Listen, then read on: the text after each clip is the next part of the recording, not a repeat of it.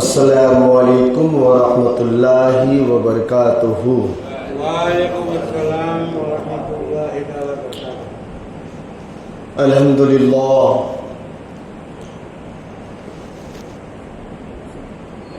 الحمد للہ نحمدہ ونستعینہ ونستغفرہ ونؤمن بہ ونتوکل علیہ ونعوذ باللہ من شرور انفسنا ومن سیئات اعمالنا من يهد الله فلا مضل له ومن يضلل فلا هادي له ونشهد ان لا اله الا الله وحده لا شريك له ونشهد ان محمدا عبده ورسوله اما بعد فاعوذ بالله من الشيطان الرجيم بسم الله الرحمن الرحيم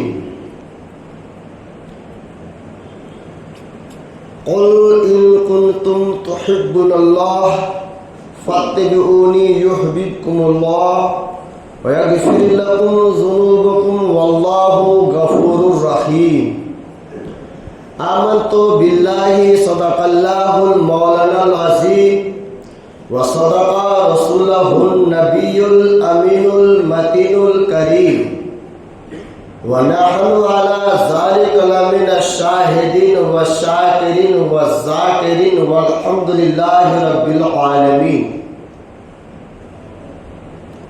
بوقار معزز سامعین کرام، عزیزان ملت اسلامیہ، خطبہ مسنونہ کے بعد قرآن مجید فرقان حمید برہان رشید کی ایک آیت کریمہ تلاوت کرنے کا شرف حاصل کیا۔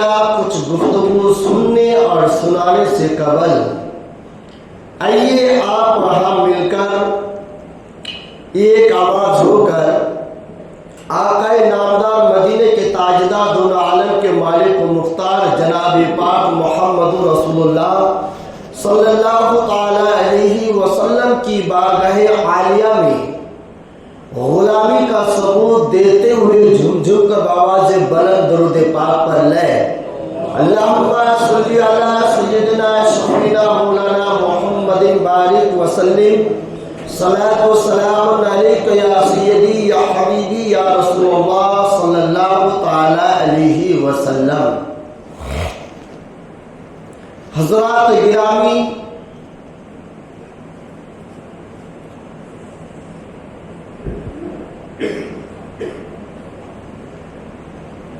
محمد کی محبت دین حق کی شرط اول ہے صلی اللہ تعالی علیہ وسلم۔ محمد کی محبت دین حق کی شرط اول ہے، گر ہو اس میں کچھ خامی تو سب کچھ نامکمل ہے، گر ہو اس میں کچھ خامی تو سب کچھ نامکمل ہے۔ کہ محمد سے وفا تو نے تو ہم تیرے ہیں، کہ محمد سے وفا تو نے تو ہم تیرے ہیں، یہ کیا چیز ہے، یہ کیا چیز ہے، روح و قلم تیرے ہے۔ حضرات، میں نے محبت رسول کے متعلق ایک آیت کریمہ کو تلاوت کرنے کا شرف حاصل کیا۔ ہمیں اور آپ کو خود کو عمل کرنا اور اپنی اولادوں کو تربیت دینا سکھانا سخت ضروری ہے، کیونکہ محبت رسول ایک ایسی محبت ہے جو تمام عبادتوں سے افضل ہے۔ محبت رسول تمام نمازوں سے افضل ہے، محبت رسول روزوں سے افضل ہے، محبت رسول حج سے افضل ہے، محبت رسول زکات سے افضل ہے، محبت رسول مالی بدنی عبادت خیرات سے افضل ہے. اگر محبت رسول ہی نہ ہو، آپ رات و دن عبادت کر لے، کوئی مقبول نہیں، کوئی مقبول نہیں ہے، قبول ہی نہیں ہے رب کی بارگاہ میں.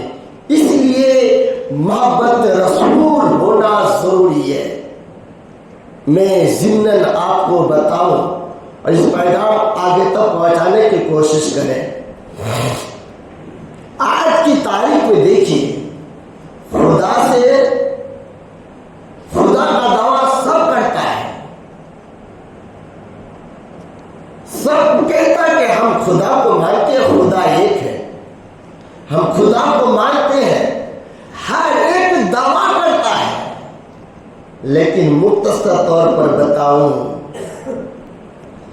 دعویٰ کرنے والے تو پورے کے پورے ہیں، سب ہے، مگر ان میں سے ایک فرد واحد وہ ہے جو رسول کی پیروی کرے، وہ خدا کو مانتا ہے.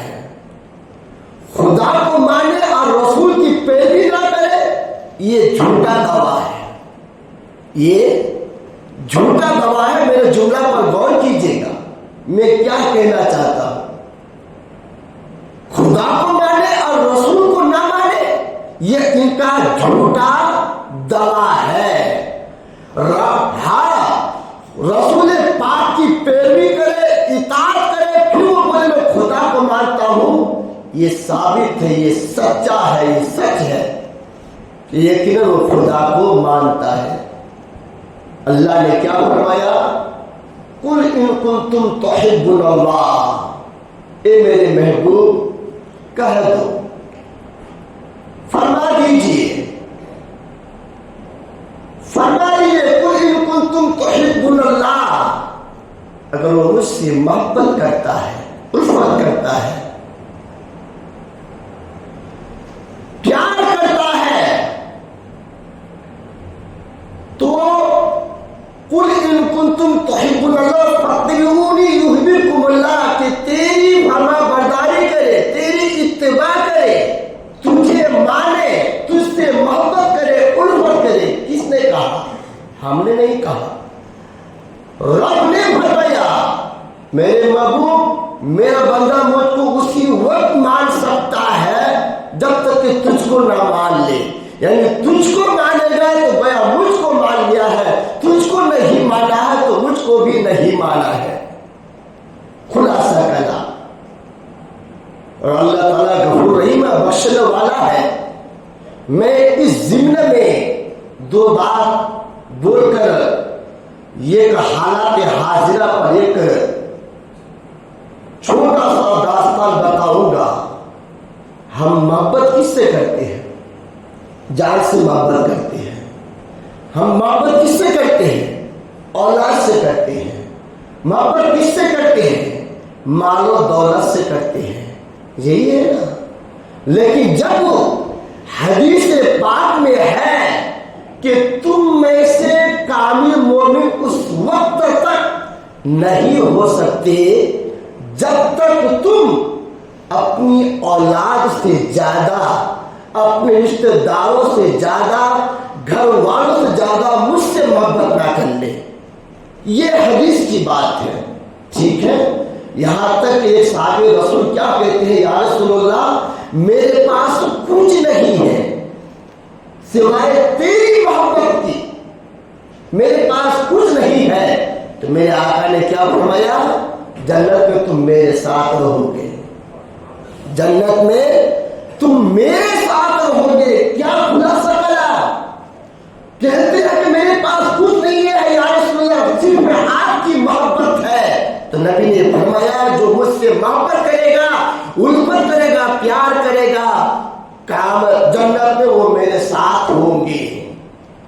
ٹھیک ہے. آج ہم محبت رسول کو کیا بتاؤں، گالی کس پر آ گئی ہے؟ اولاد پر، بیوی پر، رشتہ دار پر، قرارداد پر، جبکہ محبت رسول پر گالی بانی چاہیے. میں بتاؤں ضمن آئیے سمجھانے کے لیے. سیدنا صدیق اکبر رضی اللہ تعالی عنہ جب کفار قریش کے ساتھ جنگ ہوئی تو اس وقت سیدنا صدیق اکبر خلیفہ اول رسول پاک صلی اللہ علیہ وسلم کی حمایت میں تھے، ساتھ میں تھے، اور صدیق اکبر کا بیٹا اس وقت اسلام نہیں لائے تھے، ابو جہل کے ساتھ تھا۔ ایک طرف صدیق اکبر پیغمبر اعظم کے ساتھ اور ایک طرف صدیق اکبر کا بیٹا ابو جہل کے ساتھ، ان کا بیٹا ایمان نہیں لائے تھے۔ جنگ ہوئی، جنگ ہونے کے بعد چند دنوں کے بعد، میری بات کو سمجھیے گا، میں جوشیلا بیان نہیں کروں گا، ہم گفتگو کرتے ہیں تاکہ آپ بھی سنیں، میں بھی سن کا عمل کروں۔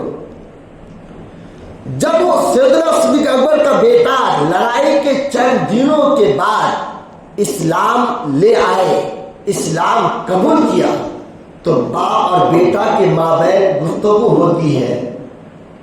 ابا جان، اس دن جو لڑائی جو ہوئی تھی، میری تلوار جو ہے آپ کی گردن تک آ چکی تھی، لیکن میں نے باپ سمجھ کر میں نے آپ کی گردن کو جسم سے الگ نہیں کیا، میں نے فادر سمجھ کر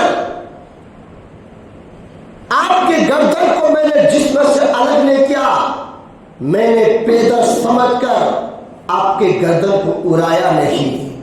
اتنا سننے کے بعد سیدنا صدیق اکبر رضی اللہ تعالی عنہ فرماتے ہیں کہ بیٹا نادان، تم ہی سن لے، اس دن اگر میری تلوار تیری گردن تک آ جاتی، میری جان جس کی قبضے قدرت میں ہے، میں اس دن بیٹا سمجھ کر نہیں بلکہ دشمن سمجھ کر میں تمہاری گردن کو اڑا دیتا۔ یہ ہے محبت رسول۔ بات کو غور کیجئے، حدیث پاک میں ہے نا کہ تم میں سے کامل مومن اس وقت تک نہیں ہو سکتے جب تک اپنے اولاد سے زیادہ رسول پاک سے محبت نہ ہو جائے۔ تو صدیق اکبر نے کیا فرمایا؟ بیٹا سمجھ کے چھوڑنے دیتا، بلکہ اسلام کا دشمن سمجھ کر میری تلوار جو ہے تمہاری گردن کو اڑا دیتی۔ یہ ہے محبت رسول۔ اب سنیے، میں آپ کیا بات کہنا چاہتا ہوں۔ ایک یہودی جس کا ایک نوجوان لڑکا تھا جو آنکھوں کا تارا تھا، اس نوجوان کا باپ رسول پاک کے کٹر دشمن تھی، پہلے بھی دشمن تھا، آج بھی دشمن ہے، کٹر دشمن تھا، روزمرہ میاں بیوی حضور کی توہین کرتے رہی۔ لیکن ایک مرتبہ ایسا ہوا، راستے میں وہ نوجوان لڑکا کھڑے تھے، رسول پاک صلی اللہ تعالی علیہ وسلم گزر رہے تھے، اپنی آنکھوں سے دیکھا، دل کی دنیا بدل گئی، اور اس طرح اس نوجوان کے دل میں محبت پیدا ہو گئی حضور اکرم صلی اللہ علیہ وسلم کی کہ پوچھئے مت، آپ حضور کی محبت میں بیمار ہو گئے۔ ہم کیا محبت کرتے یار، خالی تو ایسے کر دیتے یا رسول اللہ، نعرے تکبیر، نعرے رسالت، لیکن اس طرح بیمار پڑ گئے، ان کے والد گرامی علاج کرا رہے ہیں، کوئی فرق نہیں ہے، یہاں تک کہ آواز بھی باریک ہو چکی، یہاں تک کہ آپ صحت میں بھی کمزور ہو چکے، یہاں تک کہ اتنے کمزور ہو چکے، چلنے پھرنے کی یعنی کہ کمی محسوس ہو رہا تھا۔ آخرکار اس نوجوان نے کہا، ابا جان، دنیا کے کوئی بھی ڈاکٹر سے علاج کرا لو، جو بیماری مجھ کو ہے اس بیماری کا علاج کہیں پر نہیں ہے، اگر ہے تو آپ مجھ سے وعدہ کریں، پورا کریں گے تو میں اس راز کو بتاؤں۔ باپ کا اگر اکلا بیٹا ہو کیوں نہ پورا کرے، وہ کہتا ہے نوجوان، ابا جان، جس دن سے پیغمبر اعظم کو دیکھا میں اس مجھ کو اتنی محبت ہو گئی ہے ان کی محبت دیکھے بغیر، اتنی محبت ہو گئی ان کے دیکھے بغیر یہ دن نہیں گزر رہا ہے، اتنا بھاری ہو رہا ہے کہ اب مجھے اتنا ایسا لگتا ہے کہ دیکھوں گا، کب دیدار کروں، کب اپنی آنکھوں سے دیدار کروں۔ اللہ اکبر کبیرہ، وہی نوجوان گھر سے کبھی باہر نکلتے تھے، مسجد نبی میں جاتے تھے، دیکھ لیا کرتے تھے۔ اس کے بعد ٹھیک ہے بیٹا، جب ایسی بات ہے، اگر میری قوم مجھ کو الگ کر دے گے مگر تیری روح کی خوشی کے لیے میں تیار ہوں، میں آپ کو محمد عربی صلی اللہ علیہ وسلم کا دیدار کراؤں گا۔ میں مختصر طور پر بتائیے آج ہمارے بچوں کو ہم کس سے محبت کرتے ہیں؟ آج دنیا والے ایک لڑکی کی محبت میں اپنی جان کو گنوا دیتے ہیں، کوئی خودکشی کر لیتے ہیں، کوئی کیا کیا نہیں کر لیتے ہیں، لیکن ایک یہودی کا لڑکا دیکھیے اس طرح محبت میں، الفت میں، پیار میں سرشار ہو چکے ہیں، کیا محبت بیمار پڑ گئی۔ جب ان کے باپ یہودی مسجد نبی میں پہنچے اور کہا محمد عربی صلی اللہ علیہ وسلم سے میں ملنا چاہتا ہوں، پیغمبر اعظم آئے، کہا کہ کیا بات ہے؟ کہا کہ بس میرے بیٹا آپ کی محبت میں ڈوب چکے ہیں، جاگنے کا وقت ہے، آپ ان کو جا کر ان کے سراہنے پہ جا کر دیدار کرا دیجیے اور مژدہ سنا دیجیے۔ اللہ اکبر کبیرہ، کیسی محبت تھی۔ سنیے میں کیا کہنا چاہتا ہوں، یہ محبت رسول ہی کام قبر میں آئیں گے، حشر میں آئیں گے، میدان محشر میں آئیں گے، سب جگہ کام آئیں گے۔ یہ جو رات و دن محنت کرتے ہیں، کوئی کام کرتے، یہی تو موجود ہے۔